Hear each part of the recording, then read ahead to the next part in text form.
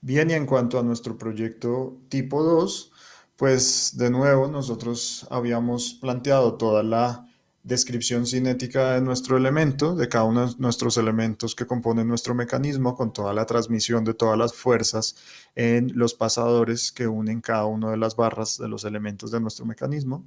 Habíamos dicho que tenemos como datos conocidos todo el movimiento de esas barras, toda la cinemática, que ahora sabemos también cuántos son las masas de cada una de esas barras y también como sabemos las longitudes, pues tendremos conocidos sus momentos de inercia, por ejemplo, y que nosotros tenemos una cierta carga, ¿cierto? Una cierta carga en alguno de las barras de nuestro mecanismo, en alguna de las barras motrices, por ejemplo en la barra BC, aplicado en C, nosotros podemos tener una carga que va a ser una carga, por ejemplo, torsional, ¿cierto? Entonces, me restringe nuestro movimiento rotacional y tenemos entonces una carga torsional. Ahí puede ser el acoplamiento con otro mecanismo a partir de un piñón o a partir de una cremallera o a partir de algún otro elemento de contacto. Y entonces tenemos que investigar cuánto es el torque que nosotros le tenemos que meter a nuestra barra motriz a través de nuestro motor en el nodo O, ¿cierto? Que es donde está aplicado nuestro motor, donde nosotros conocemos y maniobramos y operamos completamente su movimiento para poder vencer ese torque carga que nosotros sabemos cuál es su magnitud satisfaciendo todo este movimiento que nosotros hemos descrito mediante la cinemática, con esas condiciones de velocidad, con esas condiciones de aceleración, etcétera. Bien, entonces nosotros planteamos cada una de las sumatoria de fuerzas y sumatoria de torque en cada uno de los elementos, ¿cierto? De las barras OA y BC a rotación y asimismo en la barra AB en movimiento plano general con traslación y rotación. Y encontramos que a través de todo ese desarrollo llegamos a un sistema de 9 ecuaciones con 9 incógnitas. ¿Listo? ¿Cuáles serán las incógnitas? Pues serán las fuerzas en cada uno de los enlaces, de los nodos enlazantes, ¿cierto? El nodo O, el nodo A, el nodo B y el nodo C. Dos nodos enlazantes, A y B, y dos nodos que se empotran con las bisagras, el nodo O y el nodo C. Y aparte queremos encontrar nuestro torque aplicado en la manivela o pues en la barra motriz. Bien, entonces también nos damos cuenta aquí en este punto que el sistema de ecuaciones al cual nosotros nos estamos enfrentando nos da que es un sistema de ecuaciones lineal, son ecuaciones lineales. En ningún caso yo tengo divisiones de nuestras incógnitas entre sí o multiplicaciones entre ellas o elevaciones al cuadrado de cada una de ellas, nada, todos son multiplicaciones por cosas conocidas, ¿sí? Como R o G seno de teta 1, todos esos son datos de nuestro problema que podemos conocer, bien sea por la geometría o bien sea por la cinemática y tenemos sumas y restas entre ellas. Entonces, como tenemos todo esto conocido, nosotros podemos escribir los términos que multiplican a las incógnitas al lado izquierdo de todas nuestras ecuaciones, ¿cierto? Como una matriz que multiplica de un vector de incógnitas. Y al lado derecho sí que más fácil porque todos los términos que no están coloreados en rojo son términos totalmente conocidos. Son datos de nuestro problema que los podemos agrupar, los podemos escribir al lado derecho de nuestro sistema de ecuaciones.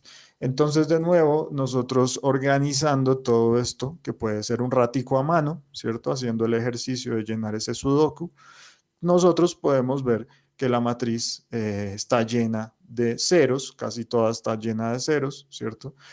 Tiene algunos términos que son 1 y algunos términos que son -1, y los términos, digamos, más complicados involucran la multiplicación entre las distancias ROG, RAG y RCG, desde nuestros centros de rotación hasta nuestro centro de gravedad de cada una de las tres barras en movimiento, y por los senos o cosenos respectivos de cada uno de esos ángulos que definen sus direcciones. Entonces son cosas fácilmente calculables, fácilmente llenables en nuestra matriz eh, del lado izquierdo. Nuestro vector de incógnitas, pues es básicamente cada uno de los términos de fuerzas horizontales y verticales en los nodos de nuestros elementos, más nuestro primer componente de nuestra vector de incógnitas, que es el torque aplicado en la barra motriz. Y en términos del lado derecho, pues tenemos el vector de todas las cosas conocidas. ¿cierto? De cada una de estas ecuaciones, pues todo lo que pasa al lado derecho de cosas conocidas. Entonces, asimismo, de nuevo, podemos plantear que ese sistema de ecuaciones es un sistema de ecuaciones lineal en el cual existe una matriz A de cosas conocidas que multiplica un vector de incógnitas, ¿cierto? Y que el resultado de esa operación matriz multiplicando al vector de incógnitas me da al lado derecho otro vector, pero cuya característica es que es de todas las cosas conocidas, es totalmente conocido todas esas posiciones de ese vector. Entonces, de nuevo, si nosotros invertimos la matriz, que la sabe hacer muy bien ese proceso, esa operación matemática de inversión de la matriz en MATLAB, el MATLAB, ¿cierto? Al lado izquierdo y lo multiplicamos igual al lado derecho, nos da que al lado izquierdo, pues nos queda la matriz identidad multiplicando a nuestro vector de incógnitas y la matriz de identidad por un vector, pues es el mismo vector, pero en cambio al lado derecho sí nos quedó que yo tengo que invertir la matriz A y multiplicarla por B, ¿sí? Pero de todas formas esa multiplicación del inverso de la matriz A por el vector de cosas conocidos B son todos datos conocidos que entonces me dan la solución de mi vector de incógnitas. Bien, y entonces yo de nuevo pues tengo que implementar esto en MATLAB, que no es muy difícil, simplemente es programar toda esa matriz y ese vector de cosas conocidas y hacer la inversión y saber entonces cómo encontrar cada una de esas incógnitas, ¿cierto? Pero para eso pues yo tengo que montarlo sobre lo que ya yo tengo calculado que es nuestra solución de la cinemática a nuestro problema, ¿cierto? ¿Por qué? Pues porque tengo que tener todas esas cosas conocidas que son datos geométricos, datos del problema y datos cinemáticos que ya yo resolví en cada instante de tiempo. Entonces comenzamos con nuestro problema, ¿cierto? Definimos como siempre nuestras datos de la cinemática de nuestro problema, pero ahora también incluimos, por ejemplo, las masas de cada una de las barras, ¿cierto? El torque de carga que nosotros vamos a aplicar en la barra C, en la barra en C. Los momentos de inercia los podemos calcular muy fácilmente, ¿cierto? De rotación alrededor de un centro de gravedad de una barra, pues es simplemente la masa de la barra por la longitud al cuadrado sobre 12. Ahí los estoy calculando, tengo todos los datos. Y los vectores de distancia entre los centros de rotación y el centro de gravedad, pues son básicamente, por ser el centro de gravedad, la mitad de la distancia entre los extremos de nuestras barras, o sea, la mitad de las longitudes completas de nuestras barras. Bien, entonces de nuevo reuso todo esto que son cosas ya hechas para la cinemática, ¿cierto? Fíjense que discretizo para todos los valores de θ1, todos los instantes que yo quiera evaluar del movimiento entre 0 y 2π. Bueno, doy las estimaciones iniciales para el método de Newton-Raphson y soluciono los valores de ángulo de la barra AB y de la barra BC con el método de Newton-Raphson, asimismo los valores de velocidad angular de la barra AB, de la barra BC con el método de Newton-Raphson y también las de aceleraciones debido a que esas ecuaciones cinemáticas pues son ecuaciones no lineales. Bien. Perfecto, pero aparte de yo solucionar la cinemática, ahora tengo que solucionar la cinética de nuestros mecanismos, ¿cierto? En cada instante de tiempo del giro de la barra motriz θ1. Y eso pues es llenar nuestra matriz con todas las cosas previamente calculadas aquí, ¿cierto? R o G son datos, seno de θ1, seno de θ2, coseno de θ3, etcétera. Todas esas son cosas que yo puedo calcular a partir de lo recién calculado aquí en cada instante de tiempo. Por eso primero tengo que solucionar la cinemática en cada instante de tiempo y luego sí meterme a hacer la cinética, ¿cierto? Y pues bueno, básicamente son todos estos términos en rojo de nuestra matriz, ¿sí?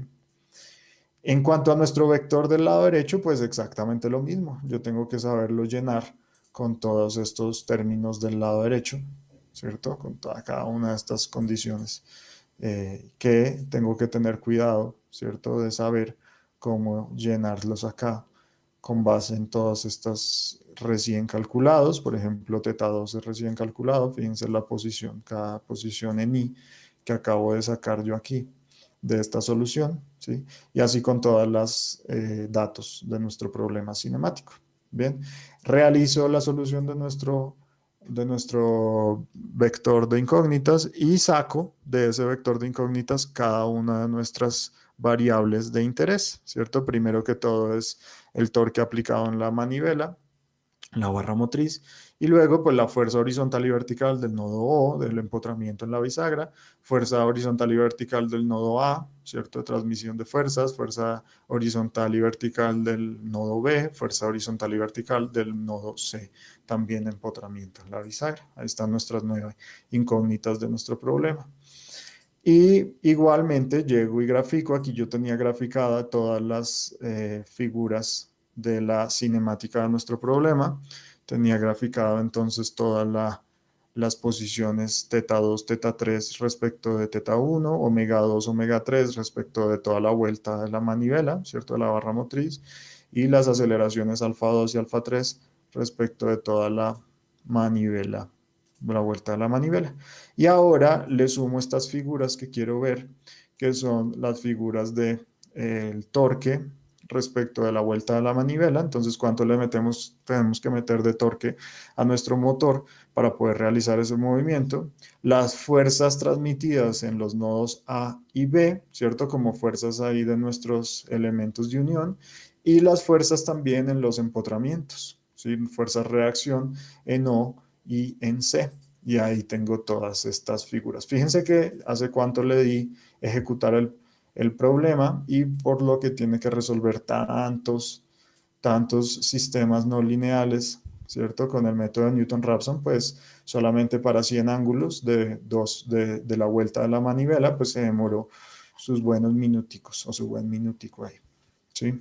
Entonces, de nuevo, tengo las gráficas de las posiciones de las barras 2 y 3, bueno, A, B y BC respecto de la vuelta de la manivela, las velocidades angulares de esas barras y las aceleraciones angulares de esas barras. Y ahora, fíjense, te estoy obteniendo cómo tiene que ser el torque en la manivela OA para realizar ese movimiento. Fíjense los valores del torque. Luego ahora tenemos aquí graficadas las fuerzas horizontales y verticales en nuestros elementos pasadores A y B. Miren las variaciones que son con el mismo comportamiento, casi tienen el mismo comportamiento, solo tienen una leve variación en las magnitudes.